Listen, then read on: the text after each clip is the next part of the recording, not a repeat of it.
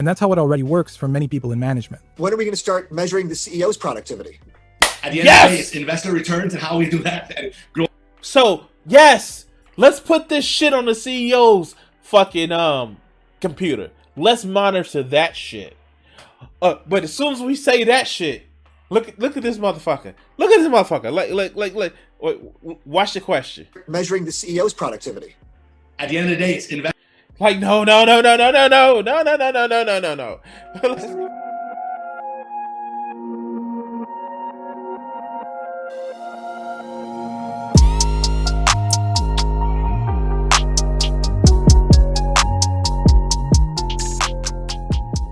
What's up, guys? This is me, Crimson6062. I want to say thank you to my patrons.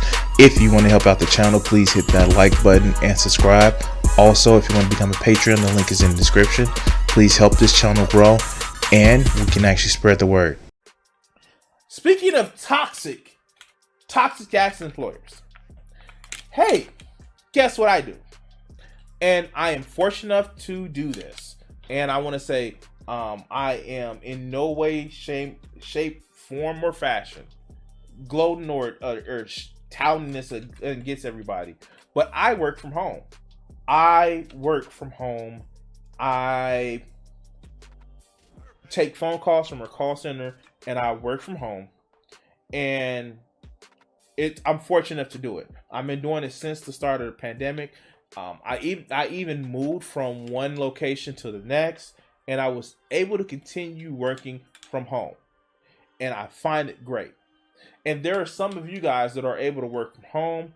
It's awesome. It's wonderful. But there is one thing that I wanted to make sure that I always did when I worked from home. When they was offering to send me from home. You know what I did? I made sure that if you're going to send me home to work, you're going to give me a computer. I would not let my company put any parts of their software on my computer. That shit wasn't going to happen. Because I know one thing. If they fucking contract your programs while you're at work on their network, they will try to do it on your machine. And whenever I heard somebody say, "Oh, I'm gonna just use my laptop," no, you give me your equipment to run your network. And it wasn't conspiratorial, because I knew that in my job in a call center, that they can actually listen in on your calls whenever they fucking liked. And I didn't want them to put any type of tracking software on my computer. And it seems that my fears were founded, because this is something that came out in June 2020. Yeah, I know this video is about a year old, but it's been something that I've been wanting to talk about. Let's go. Many people are stuck working at home right now. And according to a new survey, 77% of workers want to continue to work from home once the pandemic is over. And that's actually something that's really, well, let's just say, it was bullshit. For so long, they told people so many times, well, we can't have you working from home. We can't guarantee that things will work. But as soon as things start shutting down, that it was almost inevitable that people start working from home, and companies got that network up and going. Do you know how many people that had disabilities that could have used to be able to work from home? How many people that lived so far away that they could have worked from home and they didn't have to spend hours on end in traffic? But, you know, companies, one, they didn't trust their workers not to work if they weren't staring down at them. And two, they just didn't see any profit in it. But let's go. COVID-19 crisis has accelerated the global embrace of remote by at least 10 years. So you have tens of millions of people now that are suddenly remote, many of whom are doing this for the first time. It's a new experience for many employers, too. For some people, there's a real fear of if you send all of your employees to work from home, won't they just watch Netflix, play video games, not get dressed, and you'll still be paying them? So some employers are turning to productivity management software or... I want to actually address that. All right. So here, story time. I used to work for Comcast. I definitely used to work for Comcast. And they actually had a worker at home program.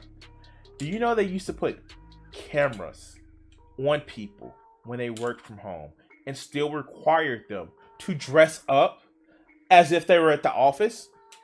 Yeah, these motherfuckers will put cameras in your home and require you to dress up as if you were in the office. Never mind the fact that they were recording your phone calls. Never mind the fact that they literally would have you clock in and clock out. But they were so mistrustful of their employees that they literally had to have a camera on your ass in order to just guarantee that you're doing work. Guarantee that you're ready for the office. Guarantee that you have some sort of boomer idea of office culture and camaraderie. Yeah, sure. But let's continue. Or other kinds of surveillance to track their employees while they work from home. As a result, employee tracking software has seen a significant spike in recent months. So, again, this was in 2019 and 2020, June 19, 2020.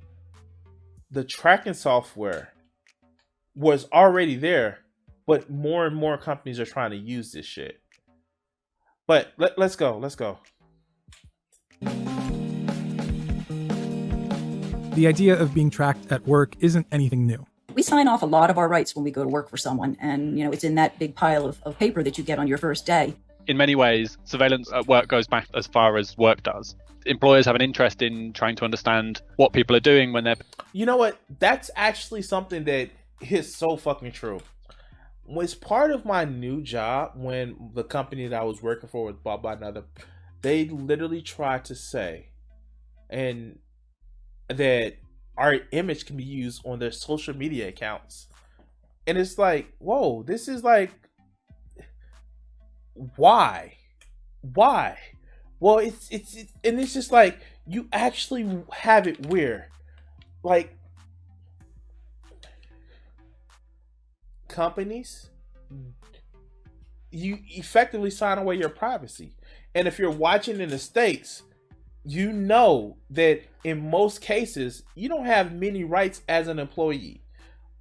In almost all the states, it's a right to work state, which is a fancy way of saying a right to fire you whenever the fuck we feel like it. These are the employers that wants 2 weeks notice from you when you're going to quit, but they can fire you at any time. Yeah.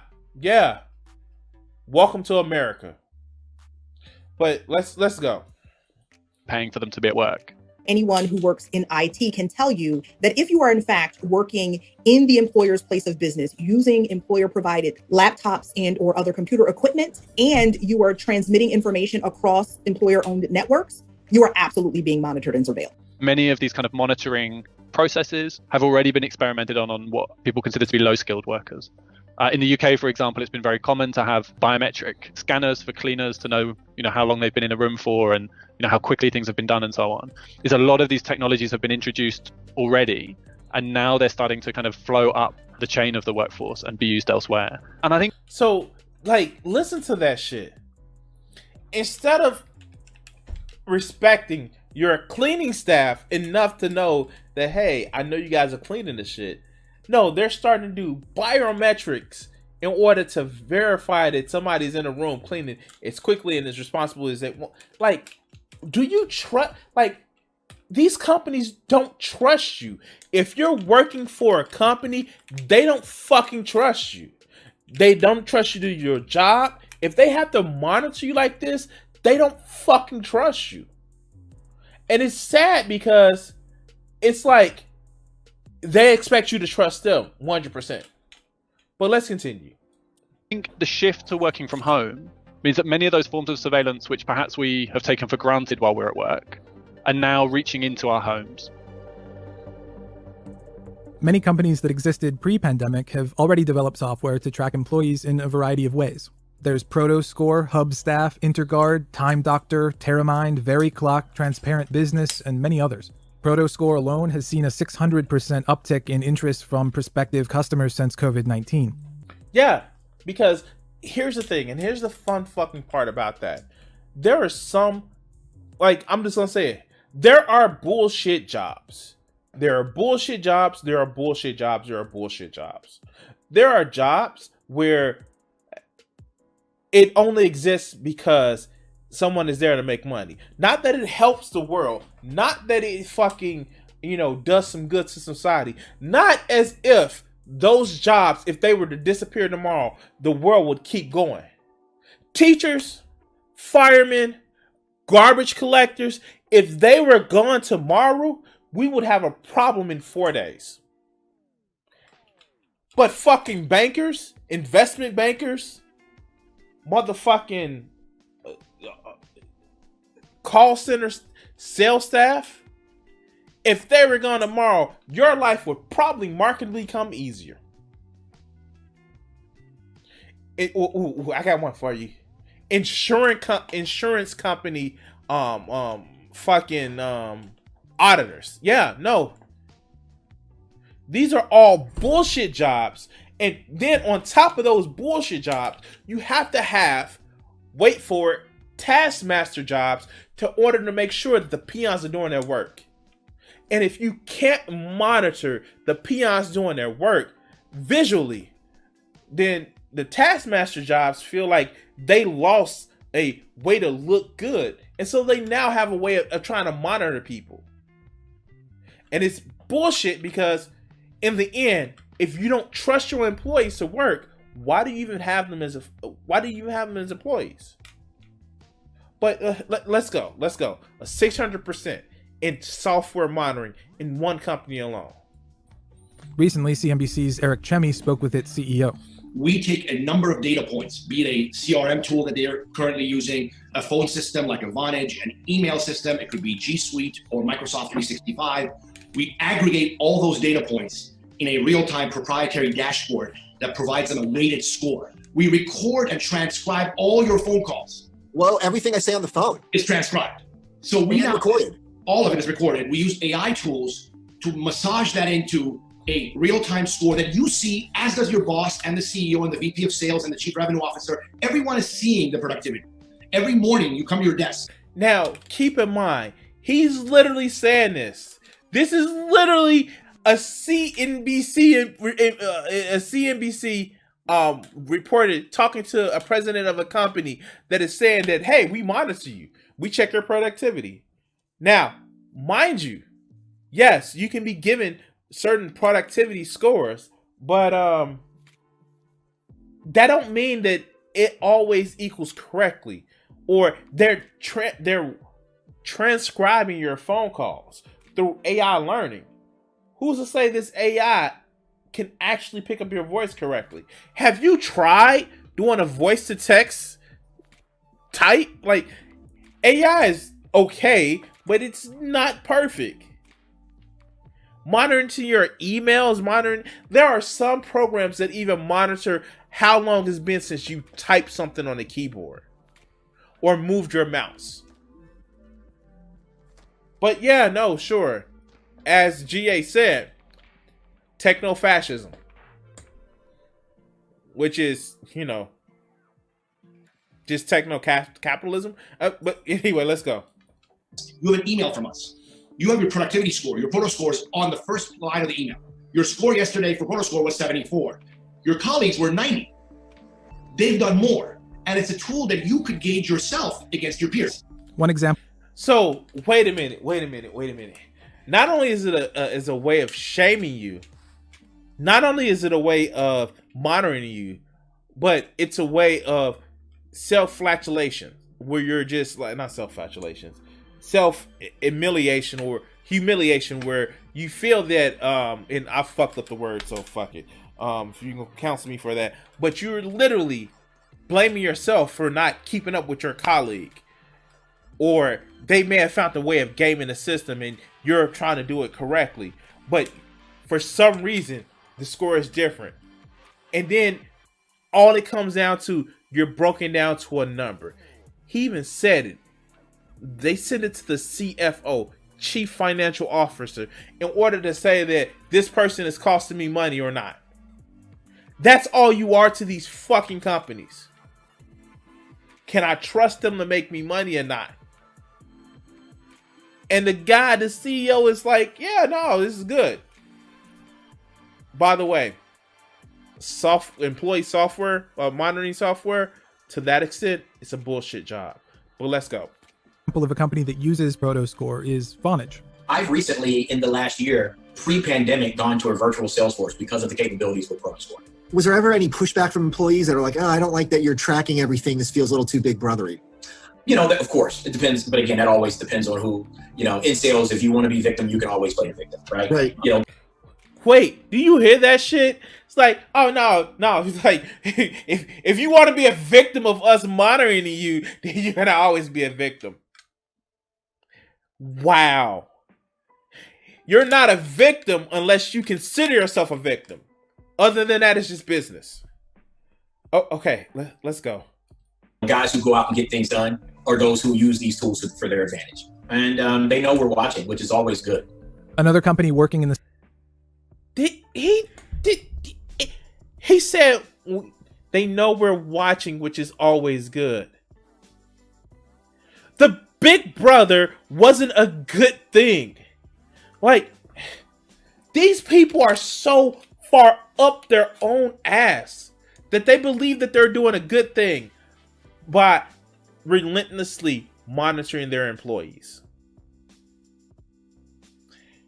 Okay, let's go. The same space is Transparent Business, which takes a different approach but has seen a 500% spike in users month to month since COVID-19. Transparent Business is different from ProtoScore in that it doesn't track anything until workers manually clock in, but it records those exact times and uploads a stream of desktop screenshots to your manager when you are clocked in. You do have the ability to delete those screenshots after the fact or clock out and stop them entirely. Our technology. So, listen to this shit.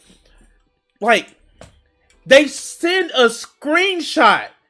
So, checking your bank, Lord knows, like let's just be completely honest. Never check your social media accounts on your company computer. I know I will never check my social media accounts on my company computer. One, because my Twitter is a fucking landmine that I don't even show on stream unless I know what I'm showing. Two, like my Facebook, even though it's controls on there and it doesn't have the same amount of liberties, I still will get,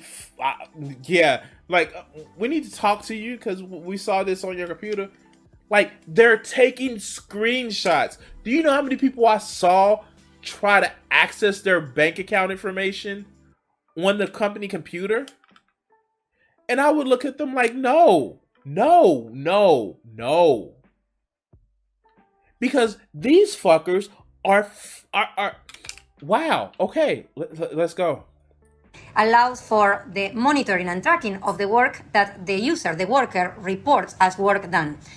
Like, I'm not making fun of her accent, but she looks like this woman right here looks like Botox is her friend. Like, she barely moved her lips in that whole situation. But let's go.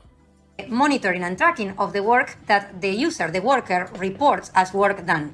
Basically, instead of reporting to an office, we report to the cloud. And the cloud is the canvas, and digitizing the workflow enables us to work better. And wait, I was joking about they're tracking your keyboard and mouse movements, but they are literally tracking your keyboard and mouse movements. Wow. Okay. and keep people accountable for the work that they do. Transparent Business says that this type of system is both easier for the worker and ultimately results in them having more privacy. It's about consent. How? When you have a worker going to the office, you are monitoring them all the time. There are cameras everywhere, and this is an invasion. Wait. Them taking a screenshot of what you're doing. Them actually monitoring your keystrokes and mouse movements leads to more privacy and freedom of an employee? How, Sway? How? How does that work that way? How does that work that way? Okay, let's go.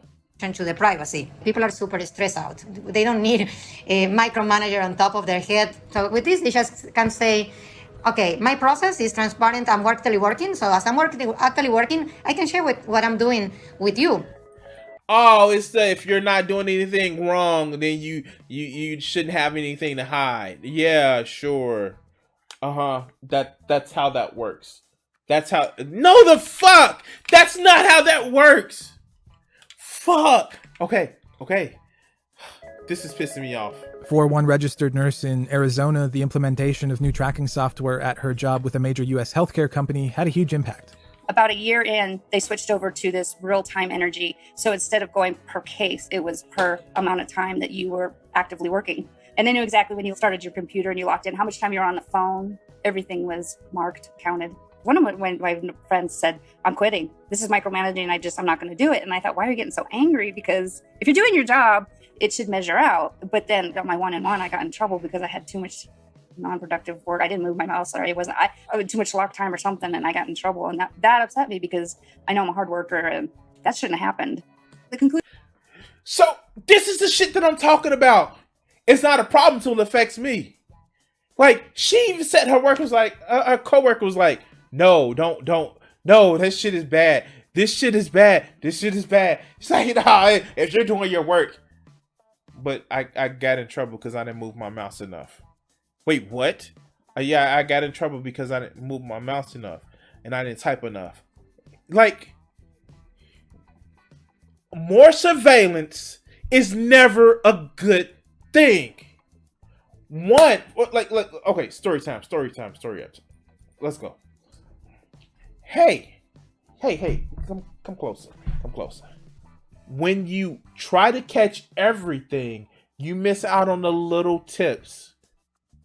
Like, for real, if you're trying to watch somebody so much that you're paying attention to everything, that becomes noise after a while. I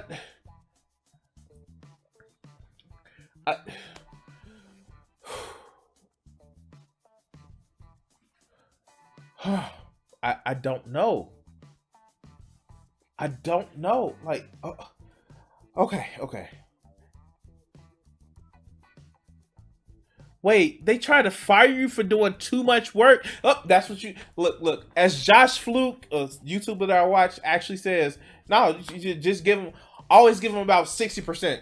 And when you really need to turn it up to 80%. But always give work 60%. Never give 100%. Because they will fuck you over. The prize for doing your work quickly and efficiently? More work. If you do your work quickly and efficiently, guess what you get? You get more work. Yay! Not more money. Not a quicker way of promotion. You get more work. Yay! Let's get back to the video. Conclusion of all of this is that I left my job. It just it was just too stressful. I didn't enjoy what I was doing anymore.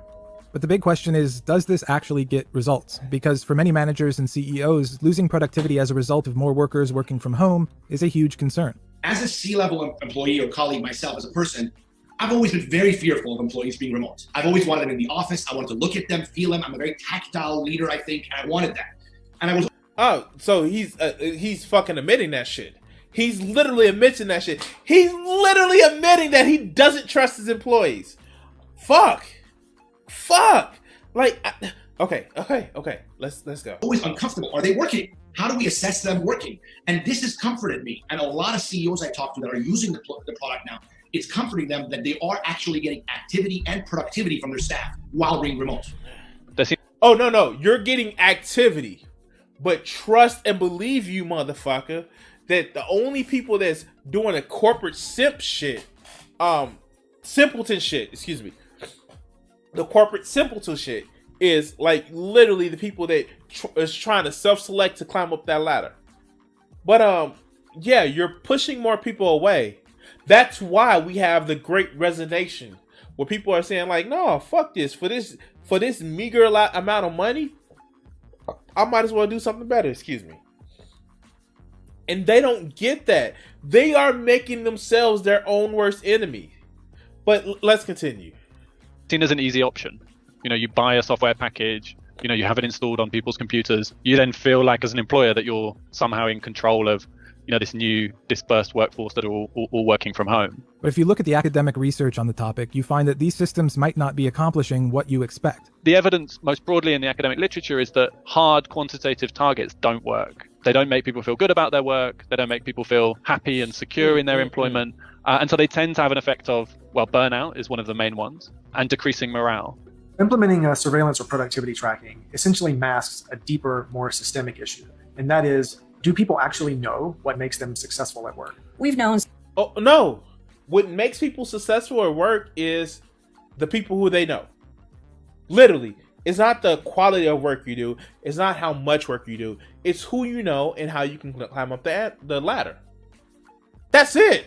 That I guarantee you. Here. Trust me on this one.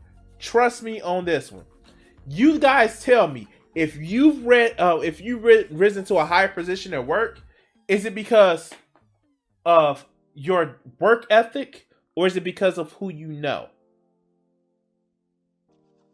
Trust me on that. I've been working in the corporate field for almost 20 years, from mall kiosks to call centers for the last 11 years. Is it what you know or who you know? Maybe you guys can actually help me. I know I have some people that have actually been in the corporate world for a while and some who haven't. But you tell me, is it what you do or who you know? But let's continue. Since the 50s, that people do their best when they're given their goals, they're given the tools to meet their goals, and they're set on their way. There are ways in which the psychological pressures of being watched can actually impair productivity. You want to say to an employer, have you thought about talking to your workers? Like asking them what's going on, like having a discussion, because often, it's that kind of genuine engagement that is what makes everybody's experience of work better. Data generally shows that employees are actually more productive when they work from home because they usually start earlier and they work later with fewer interruptions than they do in the office. So if people are on average as productive or more productive at home, are there still reasons to use a system like this? Inevitably, averages mask people who are both less productive and more productive. And so because you can't distinguish who those employees individually are, who are more productive and less productive, unless you actually track them, that's the justification for tracking them. When you don't have visibility, you don't know who is really working super hard and who is taking a COVID-19 vacation. I do think that there are very few times in the workplace where you could reasonably say the employer doesn't have a right to know what I'm doing or to not control my behavior or my conduct. And so you just keep hearing it and I get it. These are leaders, so the comments are a little bit self-selective to it, but you keep hearing it's like, oh no, even though the averages are up higher, people are doing more productivity, we still got to watch everybody. We still have to watch them. We still have to make sure that they're doing their work because reasons. And if you don't trust your employees, don't keep them hired. Find somebody new. That's the end of the story. You shouldn't have to track keystrokes. You shouldn't have to track mouse movements. You shouldn't have to track every second that an employee is actually doing their job to make sure that they're doing their job. Productivity based on some arbitrary KPIs can be just as detrimental as not giving somebody direct, concise instructions. But they don't want to hear that. What they want to hear is, oh no, buy our tracking software, so you can make sure that you're cracking that fucking whip. But let's go.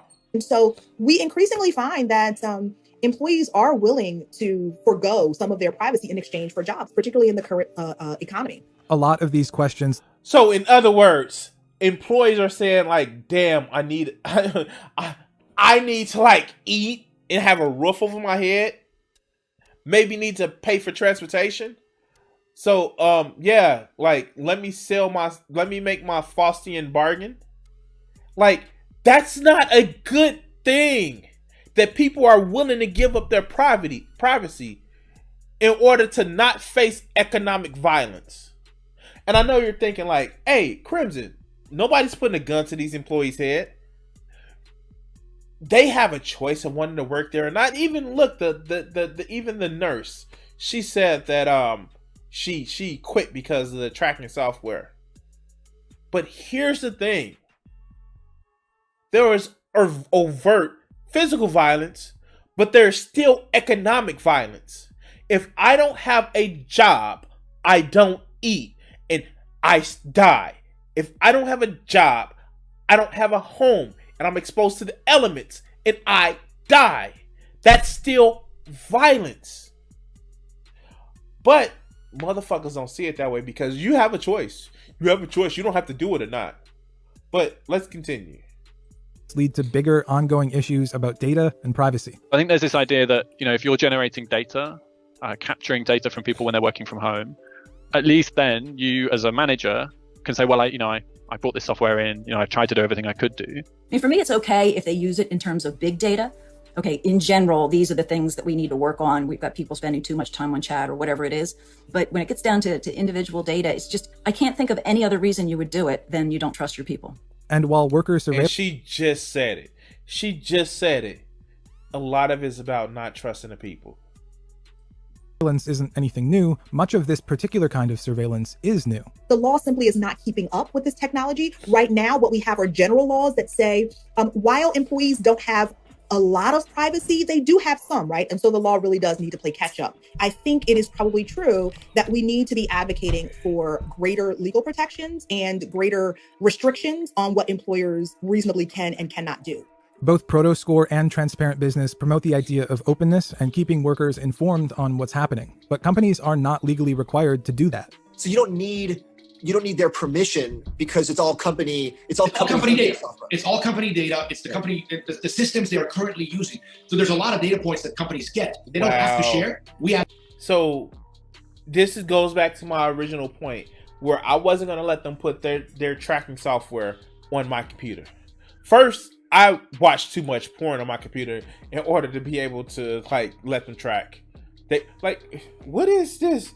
Big booty threesomes and gaggy, public sex in parks. No, you're not gonna know what porn I like to watch, unless I tell you on a live stream. That's my job. Isn't gonna know what porn I like to watch. Fuck. If people in my job saw the videos that I do, they would have a conversation with me. But no. This is the reason why I don't surf YouTube on my my work computer. This is why I have this computer set up. Because they don't have to tell you that they're monitoring you. They don't. Because you don't have because you're using their equipment, you don't have a right to privacy. And as we all know, with so much malware that it's hard to keep malware quarantined on a section of your own computer. So no, give me company equipment. Like Joe said, give me company equipment to do my work. And they did. But let's continue. Advocate for sharing it.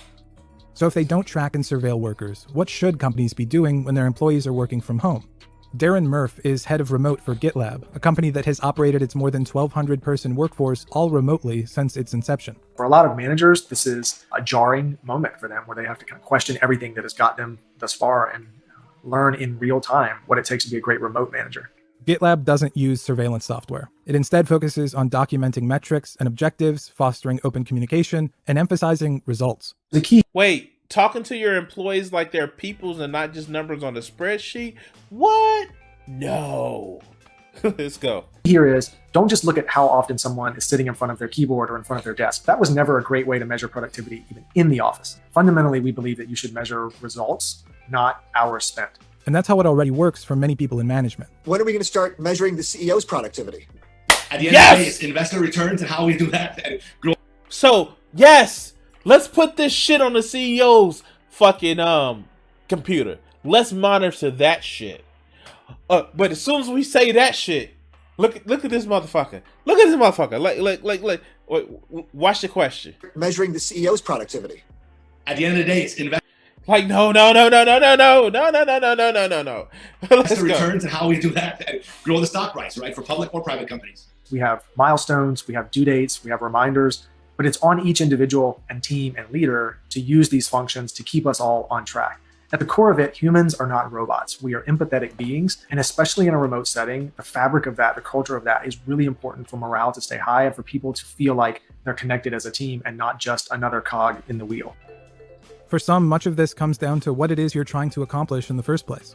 Is that drive? So it's funny because like you had GitHub, which isn't a small company. They are a large company. They are known for programming. We just set them goals and we talk to our employees, and then we expect results. That's it. Like treating people like adults instead of trying to manage them like they're children in elementary school. But so much of this boomer shit, and Joe, I know you're a boomer, but like you're not like the rest of these boomers that I be seeing. Like, no, we need to monitor you. We need to monitor you. And it's just like, yeah, no, fuck. All right, yeah. Hey, enjoy the rest of your night, Joe. But yeah, like, no, we need to monitor these people, and it's fucking stupid. And I'm like, wow, okay. But let's finish this video out. Towards productivity, the only thing that we want from work. You know, if it is, buy the software packages, have viewing of people's desktops while they're at home the whole time. But I don't think that's the kind of organization that many people want to work for today. One of the kind of lessons that people maybe can take away from this during the pandemic is just because a new tool is going to be used or is proposed to be used, doesn't mean it has to be. Work should... Wait, did that just say... Hold on. Just because a new tool is going to be used... The right way to bargain with an employer... Wait, like this cartoon is so fucked up. Oh yeah, I'm working hard and this motherfucker is over. Like the right way to bargain with an employer is like, yo, you give me what I want or I'm gonna leave. After you've already signed up your new job, then you leave, because if you stay after you had to ask them or demand to get more, then you're not liked at that company. You just kept around. But let's go. Or is proposed to be used, doesn't mean it has to be. Work should be a negotiation. So this is a point of inflection for managers and workers both. And there are many employers that are looking at this and thinking, this is a real opportunity to reshape work, to change whether people think surveillance is acceptable or not, to change who needs to be in the office and who doesn't. Will it benefit people who are working and are now able to work in new ways, or will it benefit employers who will find new ways to get the most out of people's time they've bought, to make people work even harder and so on? Employees can help too. You can manage up. Working from home, particularly when you're new to it, and particularly when your manager is new to it, requires more communication, not less. Checking in the morning, checking in the afternoon, having once a week get-togethers and micro goals, so that you both understand, okay, am I working on the right thing? Am I getting my job done? And you're sort of telling your manager, don't worry about it, I'm getting my job done. I think for companies far and wide, you're starting to see that the further people are from you, the more you have to let go and enable them and empower them to move the business forward. You cannot run a remote team successfully long-term through micromanagement and fear. As we're seeing the world open up and remote opportunities are everywhere now, people that are under that type of duress will inevitably start to look at other companies which are more trusting and more autonomous. All right. And the guy in the end said it all. The GitHub guy actually said it all. Employers need to understand that they're not hiring children. They're hiring adults. And if they don't trust their employees to do the job or get the job done, then fire them and hire more people. But see, that's not the problem. The problem is the employers just don't trust their people to do work. They expect all the trust in the world, but when it comes to you, they micromanage the shit out of you. Anyway, guys, I want to say thank you for watching this clip. Please like, share, and subscribe. If you want to help out, up top, you see like my Streamlab link. It would help a lot if you would donate to the channel. It will help me out immensely. You have no idea how much that would actually help the channel grow and just be better.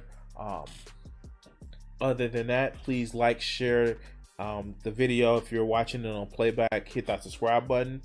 And we're gonna end that section here. All right.